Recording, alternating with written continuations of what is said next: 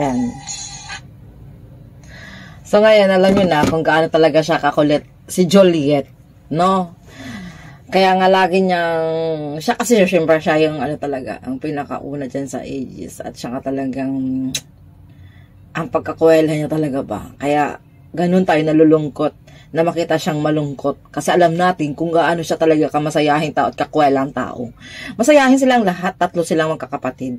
Magkakaiba, sabi ko magkakaiba nga ng genera na kanilang pagiging, yung karakter nga nila.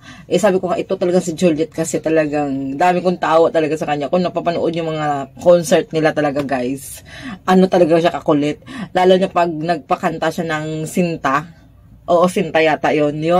Tapos may mga audience na papakatin niya, tapos papakantay niya, tapos paglaruan niya yung mga audience, ay yung kumakanta pa, isa pa! Mga ganun. Tapos hanggang mapapagod na ba sa bibirit. Ganun kakulit si Juliet.